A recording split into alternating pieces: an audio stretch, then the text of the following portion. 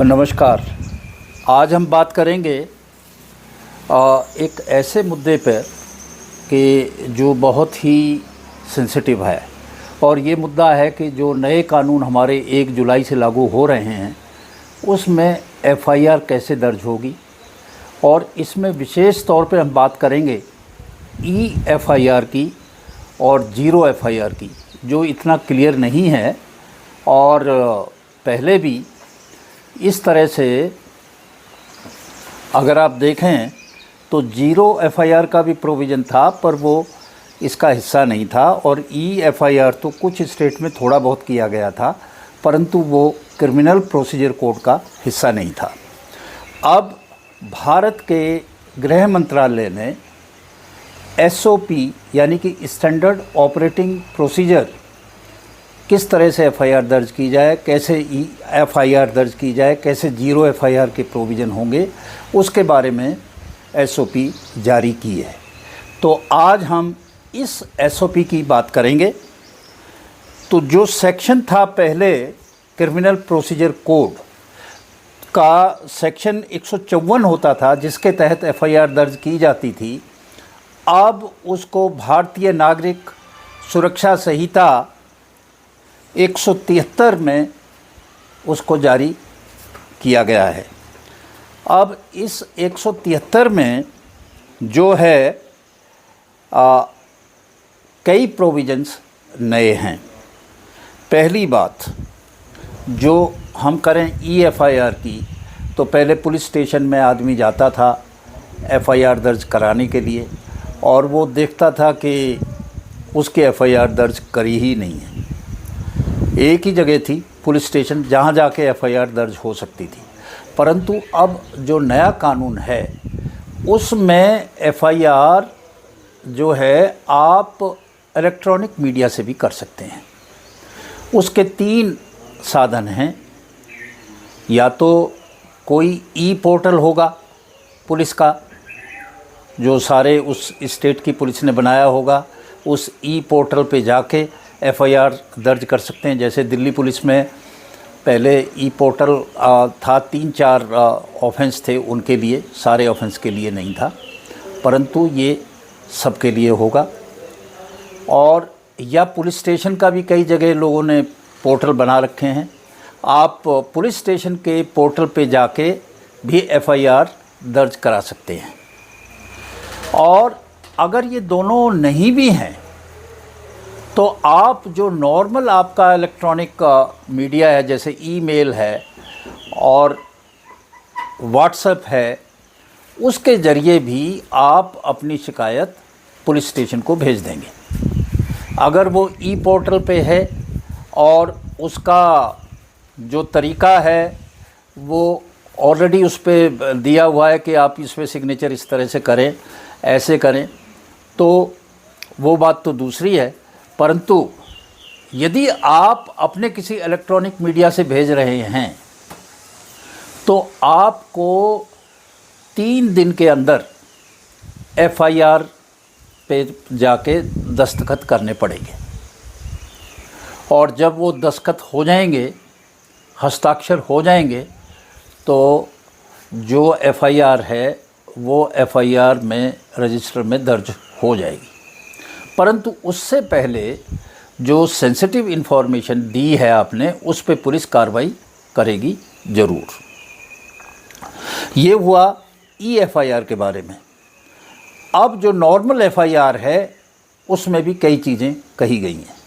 उनमें एक तो चीज़ ये कही गई है कि जो महिलाएं हैं, महिलाओं के लिए ये ज़रूरी है, जो सेक्शन है महिलाओं के, सेक्शन 64 बीएनएस से लेके 71 बीएनएस और फिर 78 तक, इनमें सब में प्रोविज़न है कि जो महिलाओं से रिलेटेड ऑफेंस हैं उनकी जो एफआईआर है या जो बातचीत स्टेटमेंट लेगी वो महिला अधिकारी ही होगी, महिला पुलिस अधिकारी ही होगी और दूसरी अधिकारी नहीं होगी, क्योंकि वो इस तरह की सेंसिटिव इन्फॉर्मेशन होती है और उसमें कभी भी पुरुष के सामने महिला झिझकती है।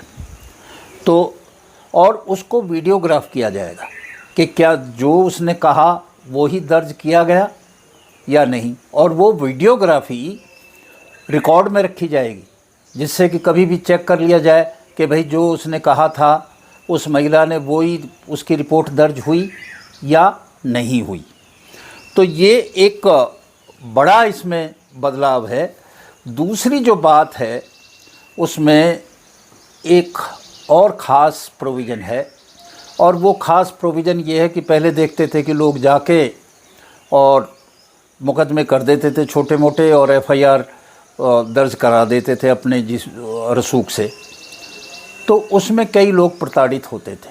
अब ये है कि अगर 3 साल या 3 साल से कम का प्रोविज़न है दंड का किसी सेक्शन में बीएनएस के, और उसको लगता है पुलिस अधिकारी को कि भाई ये जो इसने एफआईआर दर्ज कराना चाहता है ये प्रथम दृष्टा प्राइमा फेसी इसका ऑफेंस बनता नहीं, तो वो उसको तुरंत दर्ज करने के बजाय उसको इंक्वायरी के लिए रख लेगा।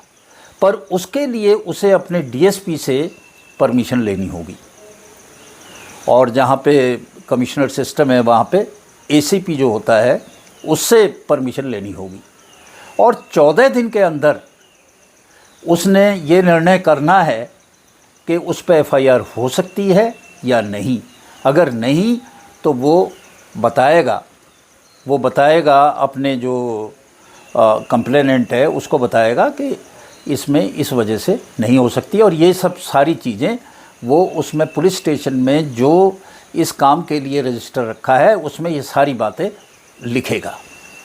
तो ये एक और इसमें बदलाव है कि एकदम तुरंत एफआईआर की ज़रूरत नहीं है जहाँ 3 साल और 3 साल से कम के केसेस हैं।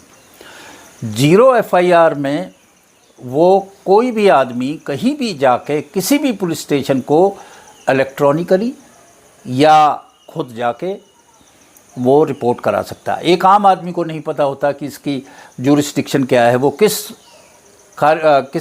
थाने के क्षेत्र में आता है, और ये उसकी मजबूरी होगी उस पुलिस अफसर की कि वो उसकी रिपोर्ट को दर्ज करे, वो उसको मना नहीं कर सकता। इसको 0 एफआईआर कहते हैं।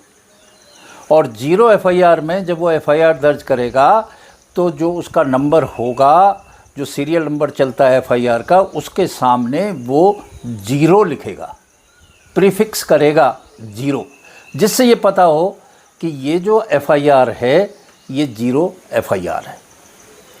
ये इसमें विशेष बात है, और वो जो कार्रवाई करनी है वो कर लेगा। अगर ये ऑफेंस वीमेन से रिलेटेड हैं तो कार्रवाई तो दूसरे में भी करेगा, इसमें भी करेगा, और इसके अलावा एक काम और भी करेगा कि जो भी मजिस्ट्रेट है, मजिस्ट्रेट के सामने उस विक्टिम का बयान भी दर्ज कराएगा।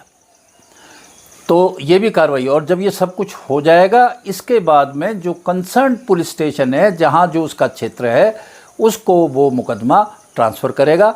वहाँ पे जो लोग वहाँ पे हैं जिनको वो 0 एफआईआर दूसरे थाना क्षेत्र से आती है, वो फिर उसको अपने यहाँ दर्ज करके उसको नंबर देंगे और आगे की कार्रवाई करेंगे।